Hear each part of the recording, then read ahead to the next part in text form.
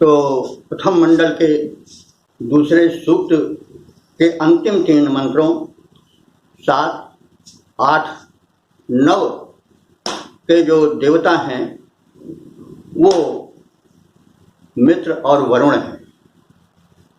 ऋष मधु छंदा हैं, चंद्र गायत्री है। तो अब पहले थोड़ा सा मित्र और वरुण के विषय में जान लें। मित्र सूर्य का एक रूप है, सूर्य के अनेक नाम हैं। मित्र है और पूषा है, सविता है। तो यहाँ पर मित्र है। मित्र का मतलब हुआ कि जो कल्याण करे, मित्रवत, बिना किसी रोक टोक के। सूर्य मित्र का व्यवहार बड़ा अच्छा व्यवहार होता है, और जगह तो बहुत दबा दबा आदमी चलता है, लेकिन मित्र के पास वो बड़े खुले रूप में आता है। सूर्य मित्र हैं इसलिए जीवन दे रहे हैं, और सूर्य से आप अगर कुछ उनके सामने ऐसी बातें भी कह दो तो वो बुरा नहीं मानेंगे। वे अपना प्रकाश अनवरत वितरित करते रहेंगे और अपना पोषण भी वितरित करते रहेंगे। जो तत्व हैं वो देते रहेंगे। जैसे मित्र, कोई बात हो जाती है, कुछ छोटी मोटी त्रुटियां हो जाती हैं, तो वही मित्र को से बुरा नहीं मानता है, और बहुत दब कर रहने की आवश्यकता नहीं रहती। मित्र में समानता का भाव रहता है, तो बड़े निकट होकर के अपना हित करता है। तो इसलिए ऋषि ने सूर्य के मित्र रूप का ध्यान किया है और वरुण का ध्यान किया है। वरुण जो है वो प्रमुख देवों में से हैं। आज भी यज्ञों में कलश में वरुण की स्थापना होती है। यद्यपि किन्हीं कारणों से वह रूप जो ऋग्वेद काल में था या बाद के उत्तर वैदिक काल में था, त्रेता तक यज्ञों का अच्छा विस्तार था, तो उस रूप में आज वैदिक देवताओं की स्थापना नहीं है। लेकिन फिर भी वरुण देव की स्थापना की जाती है यज्ञ में। कोई हो, भागवत हो, कथा हो, कोई शुभ कर्म हो, तो कलश में वरुण की स्थापना की जाती है, कलश में जल भर कर। तो वरुण की महत्ता का द्योतक है कि युग के परिवर्तन के साथ यज्ञ में वरुण की स्थापना जरूर होती है। वरुण की, अग्नि की, ये 2 देवता हैं। तो अब मित्र की और वरुण की साथ साथ स्तुति की जा रही है युगल देव के रूप में। तो वरुण जो हैं वो वरेण्य फल देते हैं, और सूर्य भी उनके साथ मिले जुले रूप में मानव के हितकारी बनकर आते हैं। सूर्य जो है वो अंतरिक्ष में है, बल्कि हम और आगे जो लोग उसको कह सकते हैं वहां है, और वरुण समुद्र में है। लेकिन दोनों का मैत्री भाव है।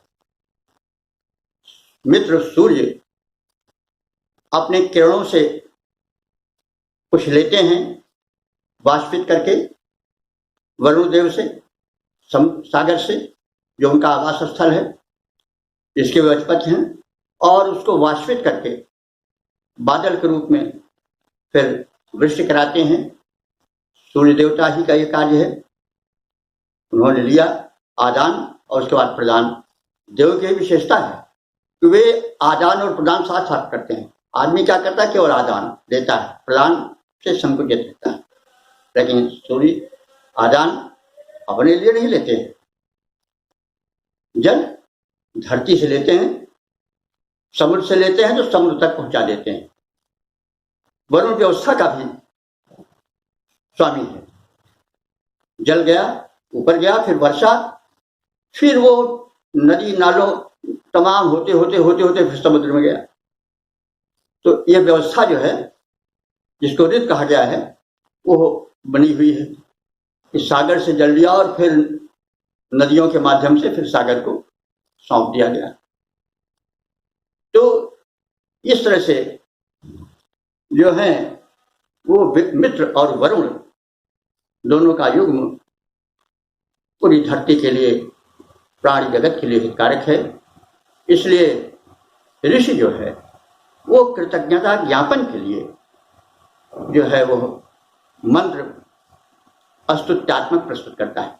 क्योंकि कृतज्ञता अवश्य होनी चाहिए। अकृतज्ञ बहुत बड़ा दोष है, अकृतज्ञ होना बहुत बड़ा दोष है।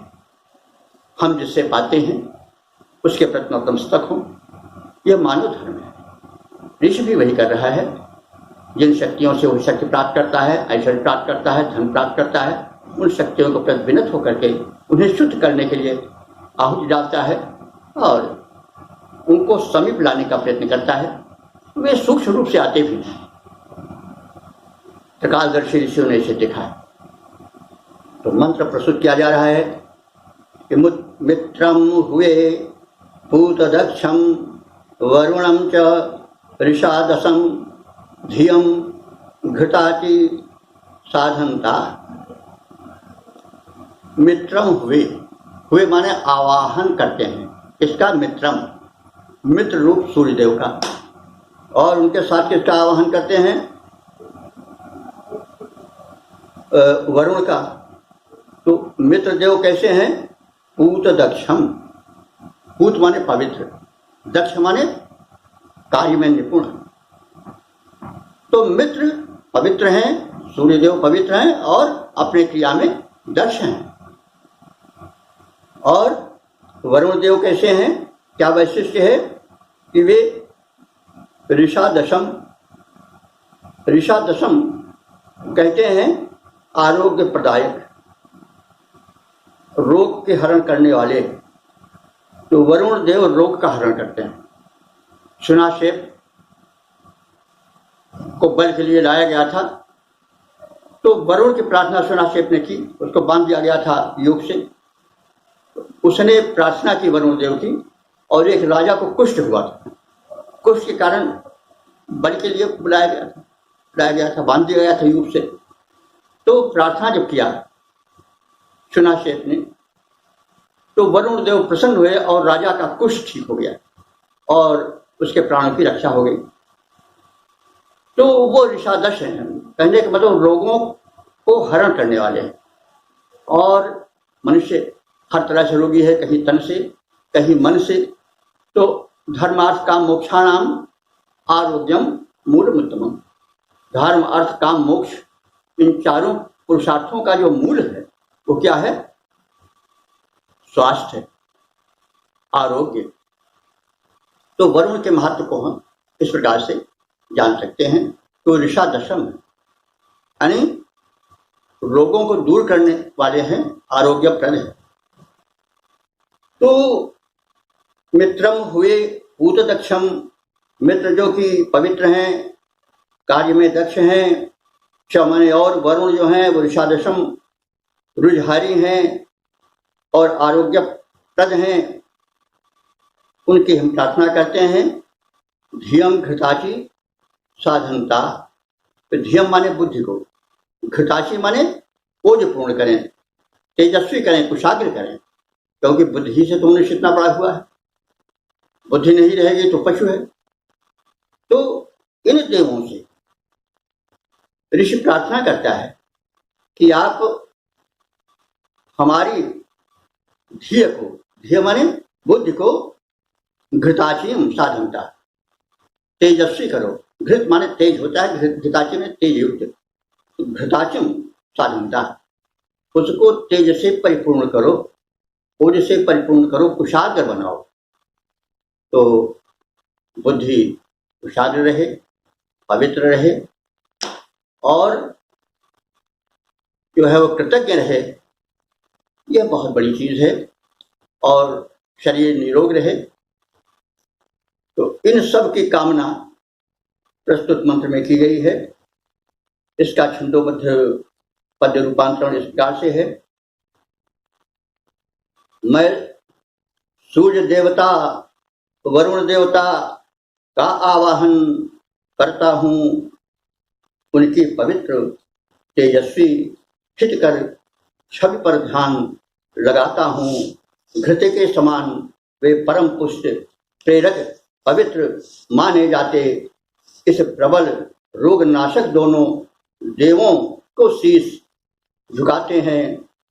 हे वे बुद्धि हमारी सबल करें, हो सफल सार्थक तीव्र दक्ष, उनके समक्ष में विनत बना, उनके पावन गुण गाता हूँ। मैं सूर्य देवता वरुण देवता का आवाहन करता हूँ, उनकी पवित्र तेजस्वी हितकर छवि पर ध्यान लगाता हूँ। तो इस प्रकार से इन युगल देवों से ऋषि ने स्वास्थ्य और बुद्धि की कुशाग्रता की याचना की और इस प्रकार से जीवन को सफल बनाने का एक सोपान तैयार किया। यह है इस मंत्र का आशय है। सज्जनों, यह है 8वां मंत्र भी मित्र और वरुण इन युगल देवों के अस्तमन के रूप में प्रस्तुत है। इसमें इन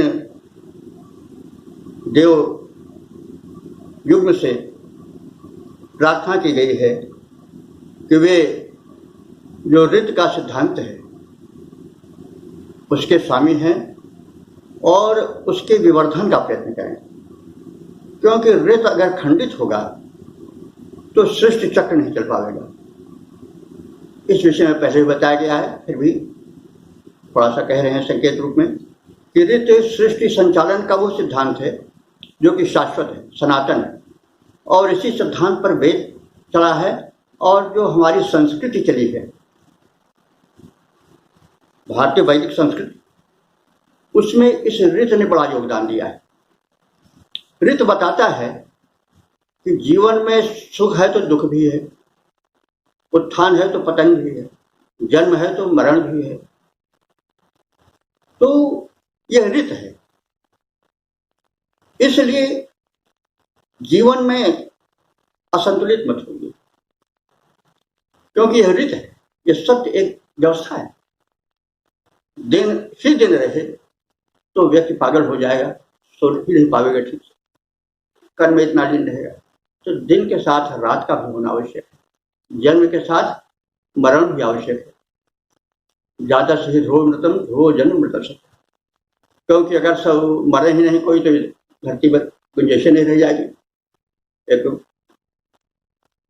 40 से 50 साल में बड़ी खराब हालत हो जाएगी। तो इसलिए यह ऋत बड़ा आवश्यक है। एक निश्चित गति से परिभ्रमण हो रहा है ग्रहों का, यह ऋत है। धरती में आकर्षण शक्ति है, यह हमेशा रही और हमेशा रहेगी, यह ऋत है। अगर यह खंडित हो गई तो फिर प्रलय आ जाएगी।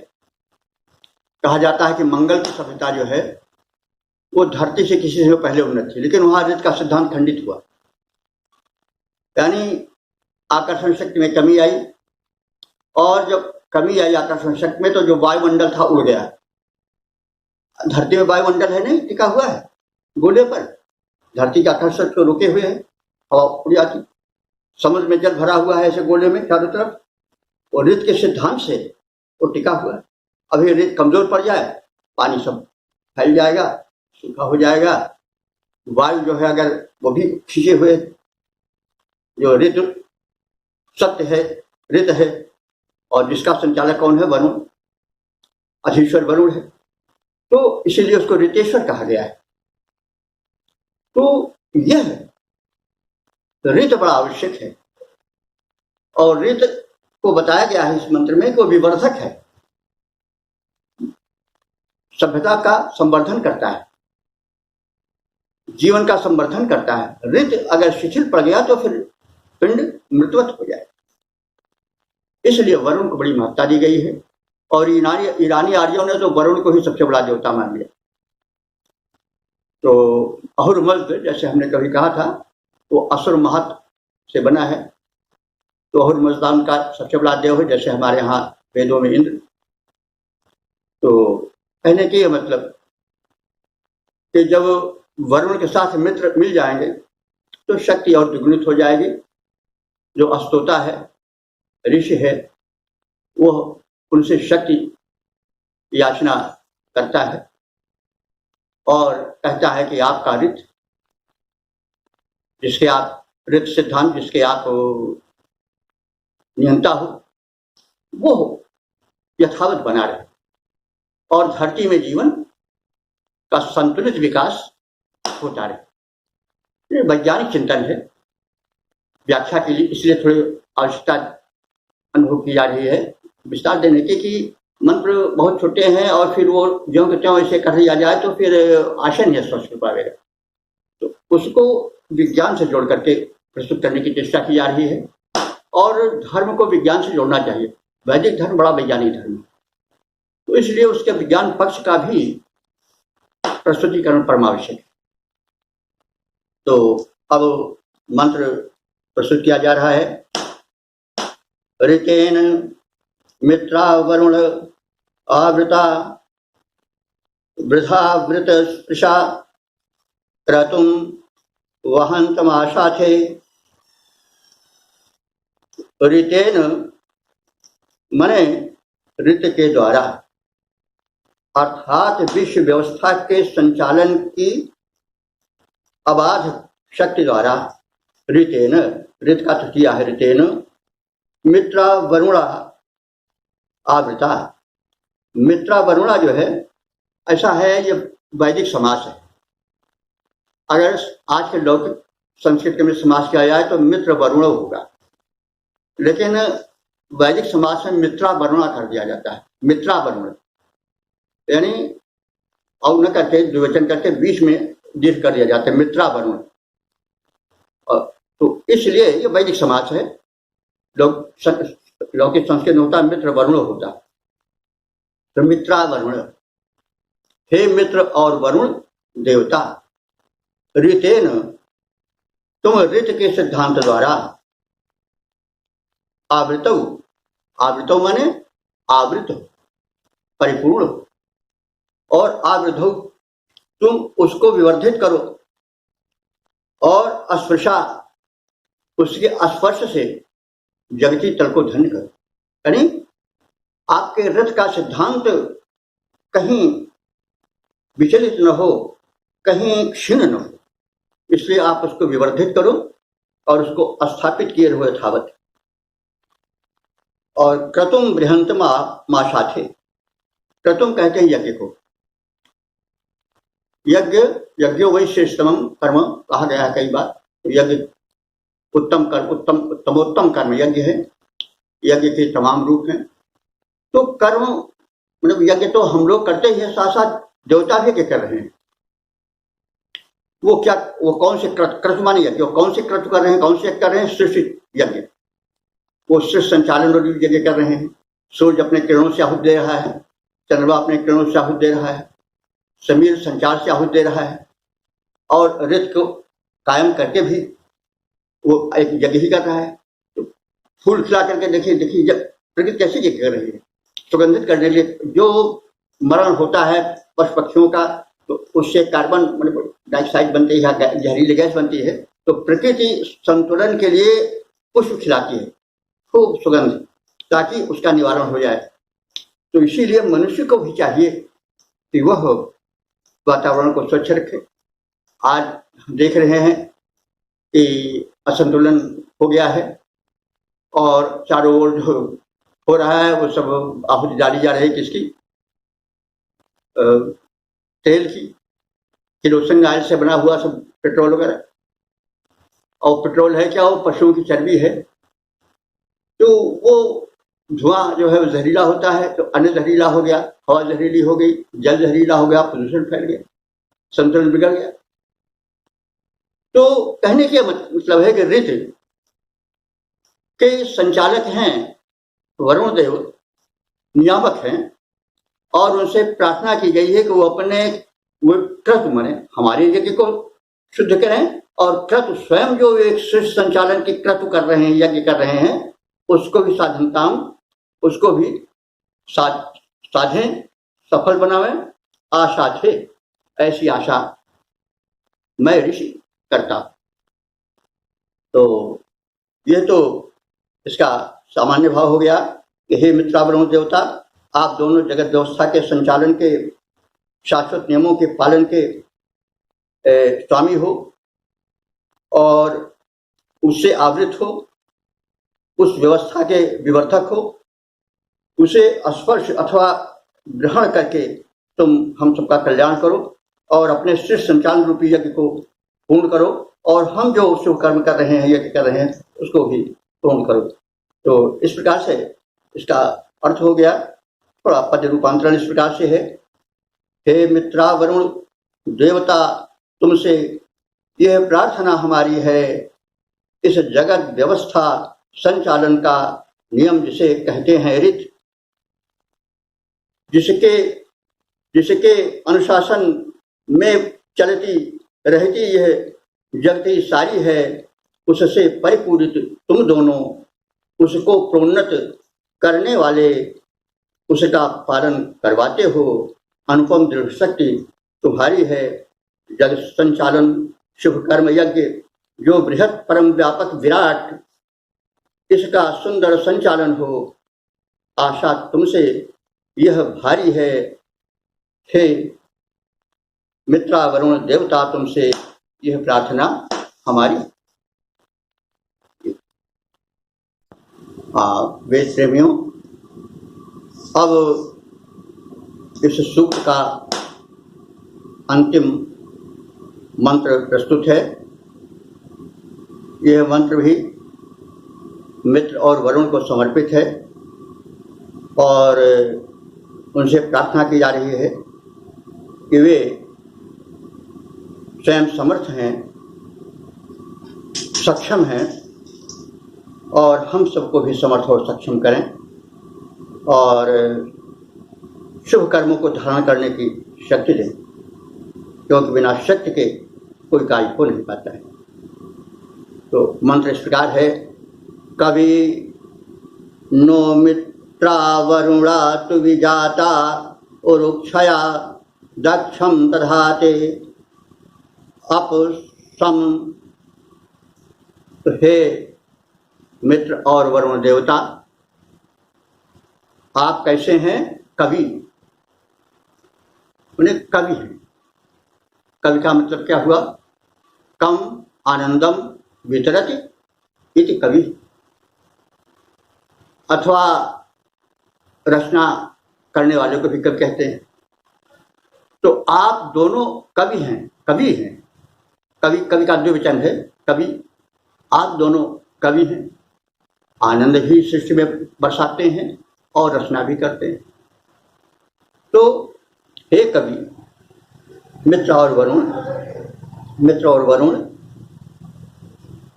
नह माने हम लोगों के, तु विजाता यानी समर्थ और प्रसिद्ध, आप लोग हमें सामर्थ्य और प्रसिद्धि दें। आप लोग उरुक्षया हैं। उरुक्षया माने व्यापक विस्तृत प्रदेश के निवासी हैं। उरुक्षया, क्षय जो है वो आवास को कहते हैं वैदिक संस्कृत में। क्षय माने आवास, तो उरु कहते हैं विस्तृत। तो आप उरुक्षया हैं, यानी आपका विस्तार बहुत व्यापक है, यानी सर्वत्र आप हैं। तो उरुक्षया, व्यापक विस्तार वाले आप। तो विजाता हैं यानी समर्थ और सुप्रसिद्ध हैं, और कैसे हैं? दक्ष हैं, क्षमतावान हैं, और अपसम कर्म को दधाते माने धारण करते हैं। मतलब जो कर्म व्यक्त करता है उसके फल को धारण करते हैं और प्रदान करते हैं। तो इसका सीधा सीधा यह अर्थ हुआ कि हे मित्रावरुण देवता, जो प्रांतदर्शी विद्वान अथवा रचनाकार हैं, जो समर्थ हैं और प्रसिद्ध हैं, ऐसे दोनों देव मित्र और वरुण हमारी क्षमताओं को विस्तृत करें, और जो हम शुभ कर्म कर रहे हैं उन कर्मों को करने की और उनके भार को धारण करने की हमें क्षमता दें और हमको पुष्ट बनाएं, समर्थ बनाएं, मजबूत बनाएं, सुदृढ़ बनाएं।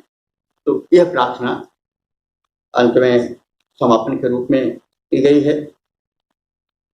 मित्र और वरुण की उसका छंदोबद्ध रूपांतरण इस प्रकार से है। हे मित्रा वरुण देवता हैं अतिशय, ये मित्रा वरुण देवता हैं अतिशय महान, अतिशय सुजान, हैं रचनाकार, क्रांतदर्शी, विद्वान, क्रांतदर्शी महान, वे हैं समर्थ, अतिशय प्रसिद्ध, व्यापक, विराट, कण कणवासी, महिमा अपार, सर्वत्र व्याप्त, सबके हितकर्ता, अविनाशी, हम सबके कर्म और क्षमताओं को करते सौष्ठव प्रदान, हे मित्रा वरुण देवता हैं, ये मित्रा वरुण देवता हैं अतिशय महान, अतिशय सुजान।